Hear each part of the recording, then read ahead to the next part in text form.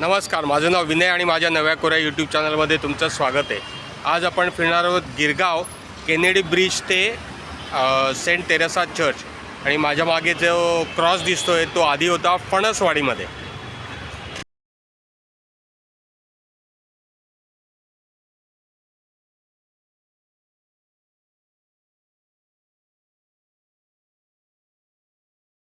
अर्देशीर इराणी हे हिंदी चित्रपटसृष्टीतले नावाजलेले लेखक, दिग्दर्शक, निर्माते, अभिनेते, चित्रपट वितरक आणि सिनेमॅटोग्राफर होते।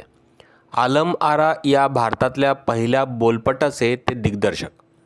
ज्योती स्टुडिओ कंपाऊंडमध्ये या चित्रपटाचं शूटिंग झालं होतं।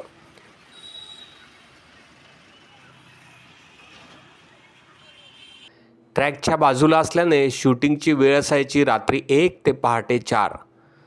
पोस्टरवर लिहिलं होतं संपूर्ण बोलती गाती फिल्म।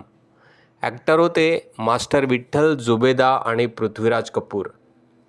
केनेडी ब्रिजवरून खाली नजर टाकली असता दिसते भेंडी गल्ली। ही मुंबईतली BMCकडे नोंद असलेली सगळ्यात अरुंद गल्ली। केनेडी ब्रिजचे दुसरे नाव अर्देशीर इराणी पूल असेही आहे।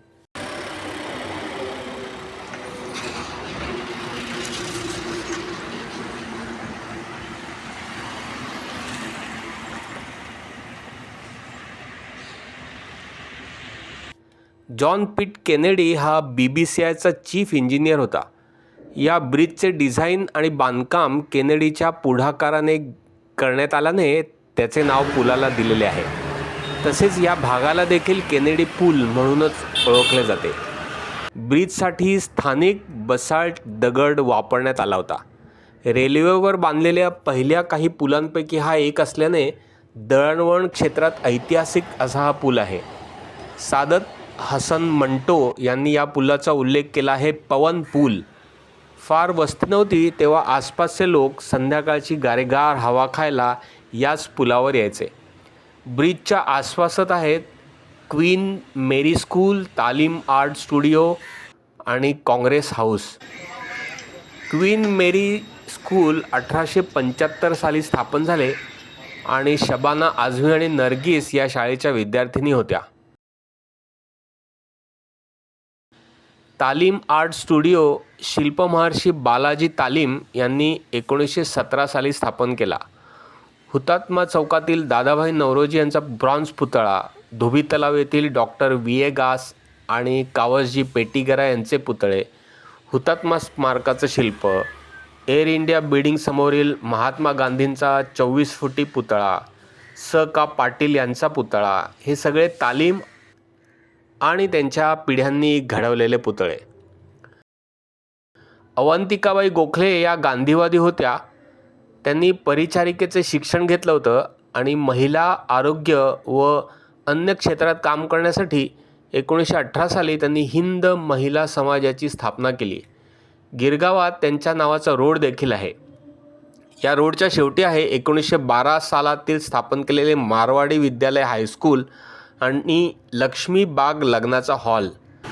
लॅमिंग्टन रोड गिरगावात येऊन दिनकर गंगाराम झारापकर चौकात संपतो।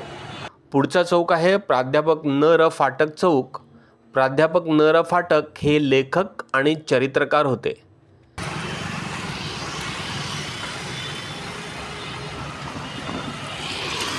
चंद्रेश्वर देवालय हे 1851 सालात स्थापन केलेलं छोटेखानी आकर्षक देवालय।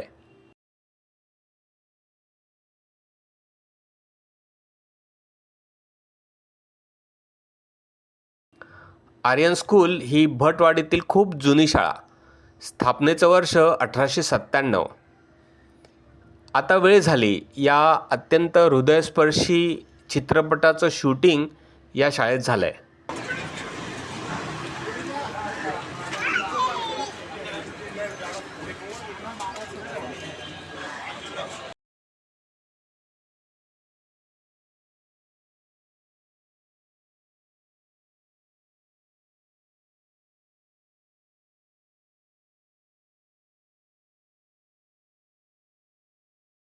जवळच आहे भटवाडी पहिली गल्ली आणि भटवाडी दुसरी गल्ली।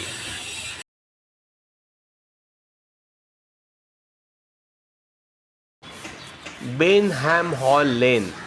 राव बहादूर P.B. जोशी यांनी एका पुस्तकात या रोडचं नाव कसं पडलं ते लिहून ठेवलं आहे. ते याच गल्लीत राहत असत. पूर्वी या परिसरात एकच बंगला होता ज्याचं नाव होते बन महाल. या बंगल्याच्या आवारात नारळाची झाडं देखील होती, म्हणून गल्लीचं नाव होतं बन महाल गल्ली. त्यावेळी जो मुंबईचा गव्हर्नर होता तो इंग्लंडला जिथे राहत होता त्या बंगल्याचं नाव होतं बेनहॅम. या मुंबईच्या बन महालमधून त्याला पत्र जात असत ज्याच्यावर बन महाल असा पत्ता असे. या ब्रिटिशाने आपल्या घराचं नाव गल्लीला द्यावं असं सरकारला सांगितलं, जे मान्य झालं आणि गल्लीचं नाव बन महाल गल्ली वरून बेनहॅम हॉल लेन असं झालं. आता नाव आहे D.D. साठे रोड.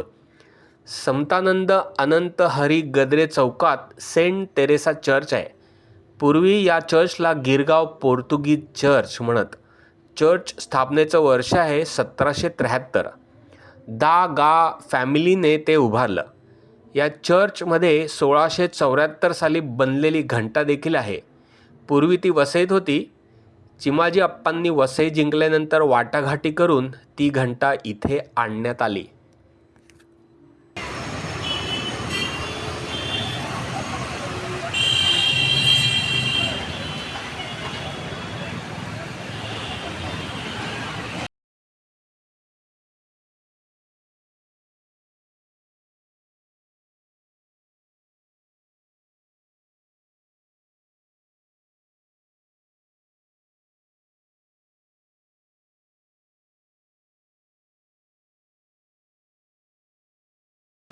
अशा तऱ्हेने हा व्लॉग मी इथेच संपवतो आहे. माझं चॅनल आवडलं असेल तर माझ्या चॅनलला लाईक करा, शेअर करा, सबस्क्राईब करा, कॉमेंट करा.